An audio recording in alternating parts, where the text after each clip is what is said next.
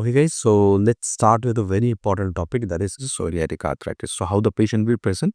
So, patient mostly presents with the uh, joint deformities in case of psoriatic arthritis, but typically there is a history of the psoriasis in the past. All right. So, the first of all, we have MCG. Let's see that. So, the question is, how will you differentiate between rheumatoid arthritis and psoriatic arthritis? We know rheumatoid arthritis is the seropositive arthritis. That means RF will be positive, CCP will be, anti-CCP can be typically positive in this patient. And in rheumatoid arthritis, as we have seen, in the spelling of the rheumatoid, it says the D comes last, right? So, DIP involvement is almost last or rare in this patient. Whereas in case of psoriatic arthritis, DIP involvement is quite common. So, that will be answered. So, presence of rheumatoid factor, absolutely no. Frequent involvement of DIP joints, yes. Positive anti-CCP, no, we just saw it. And symmetric joint involvement, no. It is mostly asymmetric joint involvement. Symmetric joint involvement is typically seen in the rheumatoid arthritis. Okay, where we will see asymmetric polyarthritis, and this will be because of the chronic inflammation. Okay, so psoriatic arthritis is basically a chronic inflammatory arthritis. Okay, then it has two ways of basically pathophysiology, that is autoimmune as well as autoinflammatory. Okay, autoinflammatory. So what is difference between this? That means once immune reaction has occurred, inflammation will keep on continuing in these patients, causing bony erosions and all. Okay. So characteristically occurs in individuals. So this question is quite easy, right? Psoriasis. So if you have a history of psoriasis, there is very high chance you will have psoriatic arthritis as well. And this belongs to the group of spondyloarthropathies. All right. We know spondyloarthropathies are seronegative arthritis. Along with that, we have AS, right? You have reactive arthritis. This is psoriatic arthritis, written as PSA. We have IBD arthritis, okay, IBD associated arthritis. Even undifferentiated type of arthritis are there. And the seronegative arthritis, even SAPHO syndrome can be there, okay. Yes, these are all seronegative arthritis. So, what is the historical background in this patient? So, in 1960s, actually, they differentiated first time between the rheumatoid arthritis and the psoriatic arthritis. So, was the positive rheumatoid factor were there, or radiographic features and seronegative profile was there, in presence of actually B27 was there, or extra manifestation was there. So, see, obviously, psoriatic arthritis has no positive rheumatoid factor. No, HLA-B27 can be positive, but it's not like diagnosing feature in this patient. And extra manifestations can be there in these patients. So, the answer would be moreover radiological features with seronegative profile.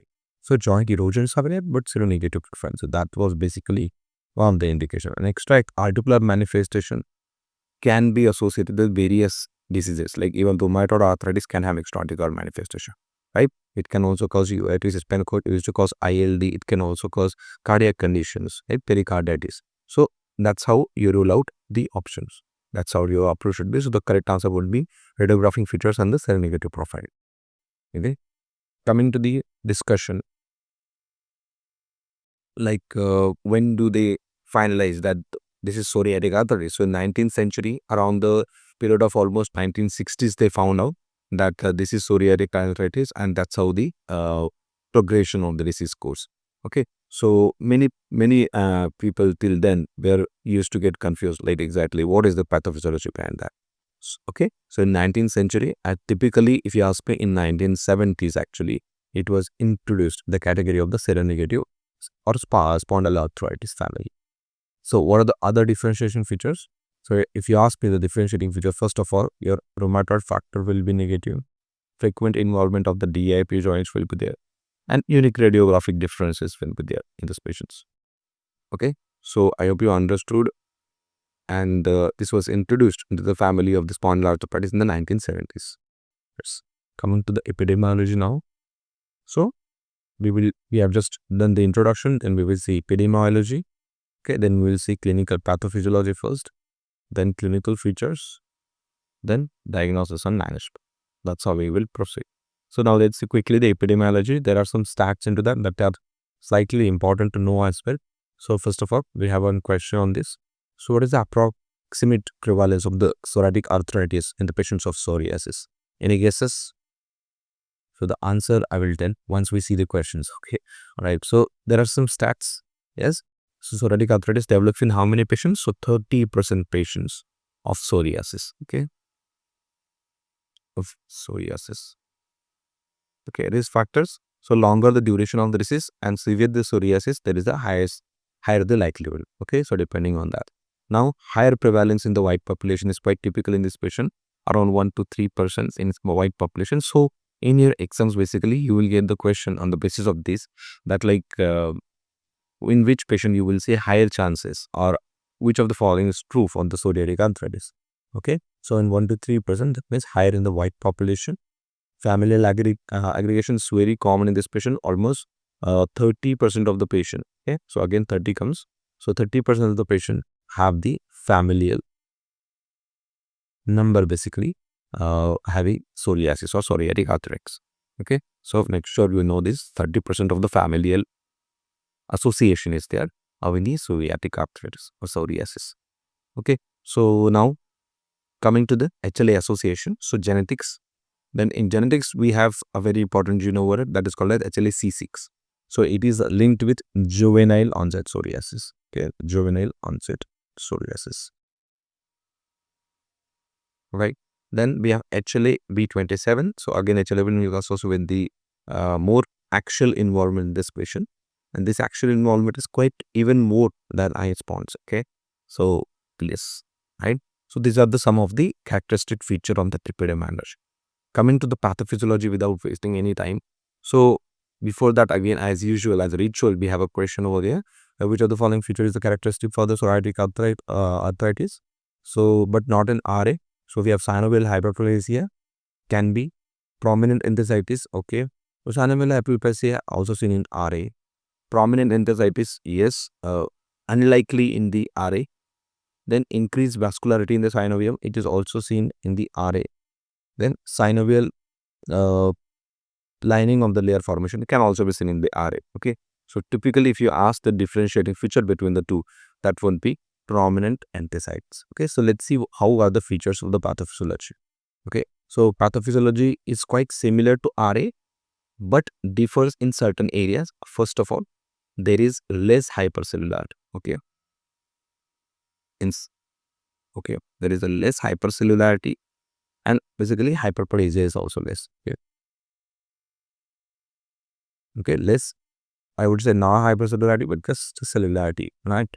Because if you think it's a hypercellularity, that means cells are absolutely low in this patient. Okay, so cellularity is low and hyperplasia is also less in this patient as compared to the rheumatoid arthritis. Then very important feature over this here is there is a increased vascular tortuosity. Okay, increased vascular tortuosity. Okay, so that is typical in psoriatic arthritis. Now one more feature is prominent enthesitis. Okay. So this is a differentiating feature between the rheumatoid arthritis and psoriatic arthritis. So prominent enthesitis. All right. So this is, we know enthesis means the connection between the, so suppose this is the bone, okay, and this is the ligament basically attached to axon point over here. So that point of ligament and tendon joining to the bone is called as enthesis. So that will be inflamed in this patient, and moreover it leads to the plantar fasciitis or Achilles heel, Achilles tendon pain. Okay. Along with that, there will be excessive bone remodeling in the psoriatic arthritis, and that leads to the osteoclastic lesion. And we know this increased osteoclast activity is mediated by what?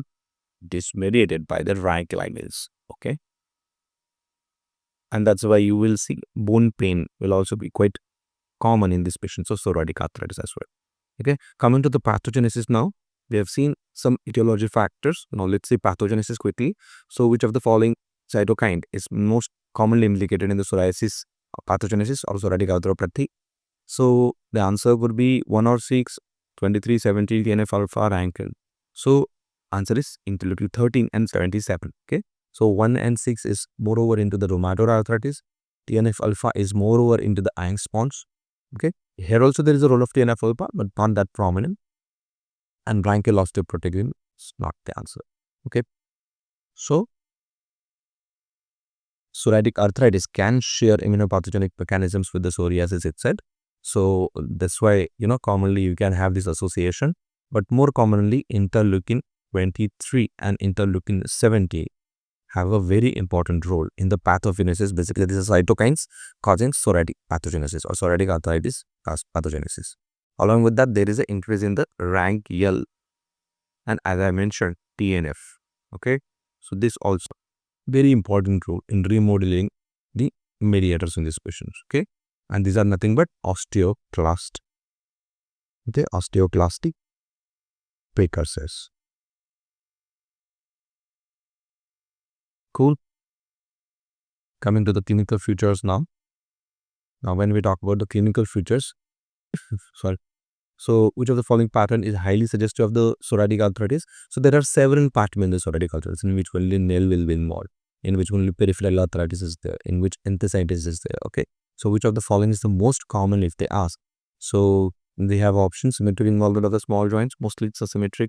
Erosion of the DIP joints with nail changes, yes.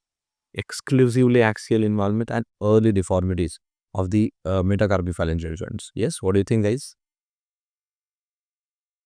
Okay, let's see that. So most commonly it is erosion and the nail changes. Okay, so let's see what are the typical pattern we can see. So here there are some of the changes in the psoriasis you can see.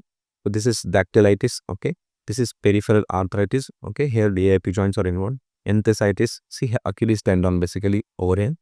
The Achilles tendon is basically inflamed over here, right? So this, then nail changes are there, even skin changes are there, and even axial involvement is there. Okay, spine involvement is there. So coming to the various patterns in the psoriasis, we can see. So very important to know, first of all, psoriasis precedes a joint disease in 70% of the patients. So first you will have psoriasis, then the joint disease will occur. And if arthritis is occurring first and then psoriasis is occurring, it occurs in 15% of the patients. So these are some of the stats can be asked in exams, those true and false also. Okay. So what was the disease pattern? Now this is very important today. First of all, DIP plus nail changes. Okay. Then asymmetric oligoarthritis. Okay. We know oligoarthritis was 1 to 3 or 1 to 5 joints are involved in these patients. Then symmetric polyarthritis. Okay. Symmetric polyarthritis. Then we have axial arthritis. Okay. And last is axial arthritis. That means spine is involved. And last is arthritis mutilans. Okay. Arthritis mutilans, in which there will be destruction on the joint. Okay. So it's a severe form. And this patient, you have to be very proactive in treating the patient. Okay. So severe destruction of the joints will occur in this patient's case. Okay. So what are the characteristic features? When talk about the characteristic features, nail involvement will be there. Typically, it is seen in the psoriasis patient. We already seen that images. So nail will show pitting. Okay, suppose this is the nail. There will be pitting like this. There will be raging like this in the nail. Okay, so there will be onycholysis. That means breakdown of the nails, yellow discoloration of the nail, hyperkeratosis, dystrophic changes. All these features will be there. Okay, then dactylitis will also be there in some patients. That means there is a sausage form of the disease. Okay, this is digits, because you can see over here. This is sausage digits, basically, typically seen in the more than 30% of the cases in these patients. Coming to the enthesitis, we have already seen Achilles tendon, plantar fasciitis can occur. Axial disease is even more neck involvement than the ankylosing spondylitis. Okay, so the spine involvement, particularly axial, is even more than the spondyloarthropathies or ankylosing spondylitis. Now coming to the diagnostic features in this patient. So very important to know, first of all, we have an MCQ. Again, HLA-B210-7 is very common and very important when we talk about the seronegative arthritis.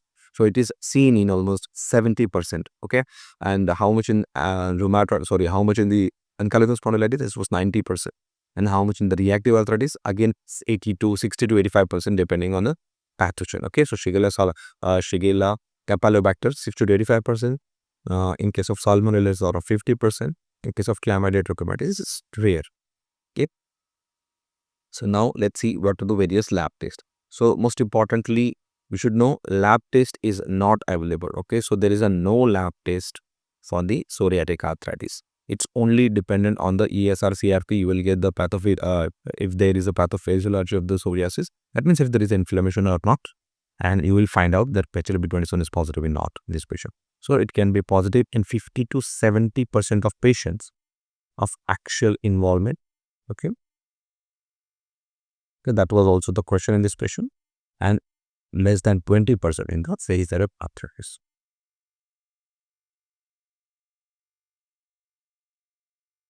Okay, so you must be thinking that how I remember all these percentages.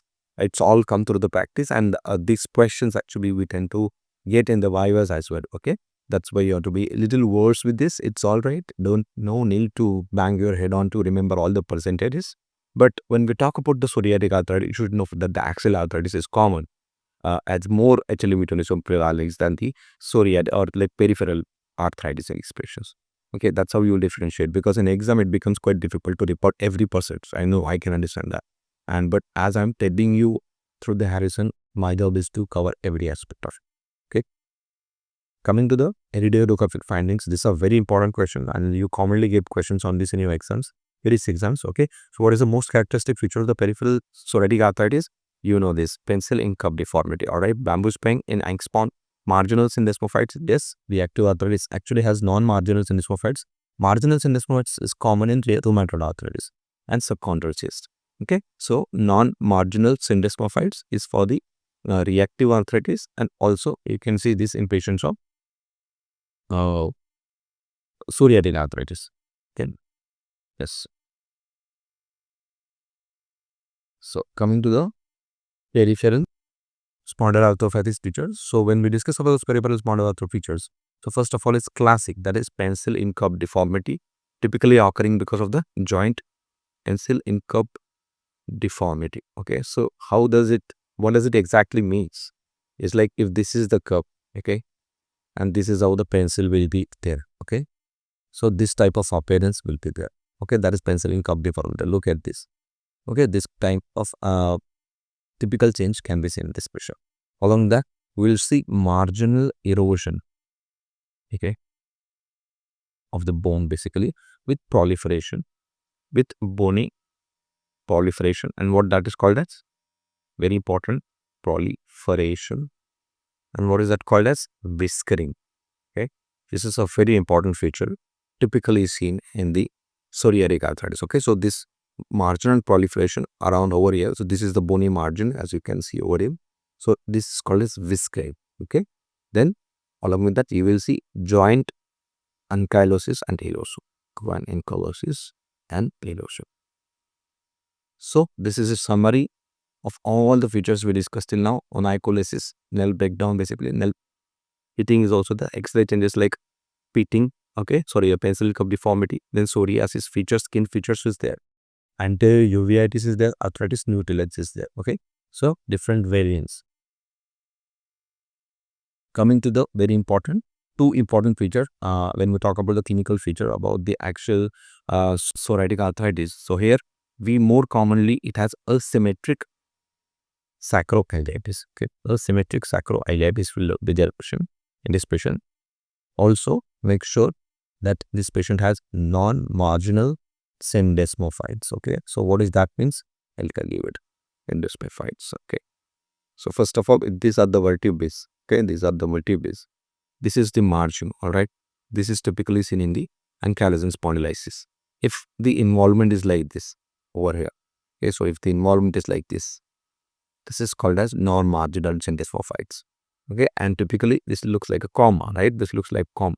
On X-ray it will look like a comma. So if that's why it's called as non-marginal syndesmophytes, comma shape. Yeah.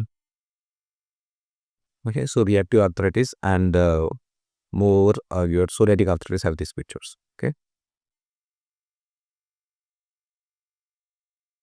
Yes. Coming to the, which of the following is not part of the Casper criteria in for psoriatic arthritis?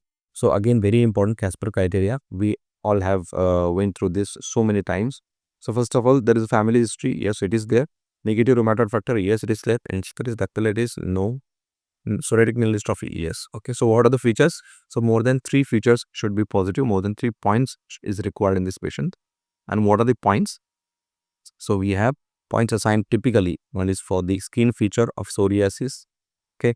Second is negative rheumatoid factor. Third is the radiographic features suggestive of juxta-articular new bone formation in these patients. Okay. Then psoriatic nail changes. Okay. Psoriatic nail features. Plus lastly, dactylitis. Current or history. Okay. So enthesitis per se is not included. Okay. So rest of the things are included. We will have nail changes. We will have radiographic appearances. We will have negative rheumatoid factors. So the SS features will be there. Okay. Coming to the treatment part now. Very important in treatment. We have so much of biologicals as well as we have NSAIDs also in these patients. Okay. So talking about this question, which biological agent basically acts by the interleukin-17 pathway? We know secukinumab is the answer in this question. First line agent is always NSAIDs for the mild diseases. Corticosteroids can be given for the intralesional. Okay. For the symptom relief, you can give intralesional corticosteroids. No role of systemic steroids. That's it. Come to the DMARDs, you can give methotrexate. Okay. 15 to 25 mg per week you can give. Okay. About the methotrexate. It has moderate efficacy in this patient. Okay. Then coming to the biologicals, we can give TNF inhibitors like etanercept. Okay. Then we have infliximab. Yeah. Infliximab can be given. Adalimumab can be given. Adalimumab. Okay. And interleukin 23-17. So interleukin 17, that is secukinumab. And interleukin 23, that is ustekinumab can be given. Ustekinumab. Okay. That can be given. Ustekinumab. Yes. Coming to the phosphodiesterase inhibitor. Phosphodiesterase 4 inhibitor, very important to know over here, is can be given apremilast in this patient basically, and the it has a very important role in the efficacy. It is around moderately efficacious. Okay. And if has a various like favorable safety profile is also there. Okay. It is favorable and safe. So that's all, guys.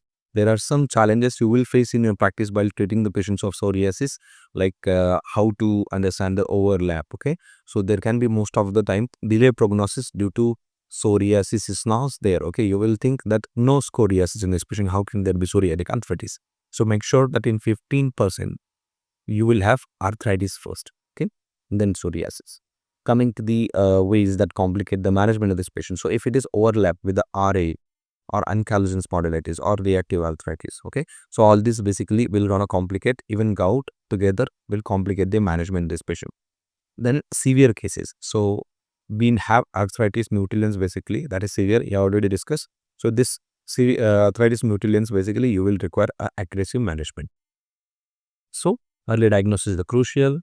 Treatment is tailored based on the peripheral versus axial, okay, and regular screening for the cardiovascular complications. That aortic insufficiency can be seen in this patient. So make sure you carry the cardiac screening regular. So that's all about the psoriatic arthritis. It was comprehensive discussion. I hope you liked it. If you have any doubts, you can put in the comment section. I will be keep on checking. And thank you, guys.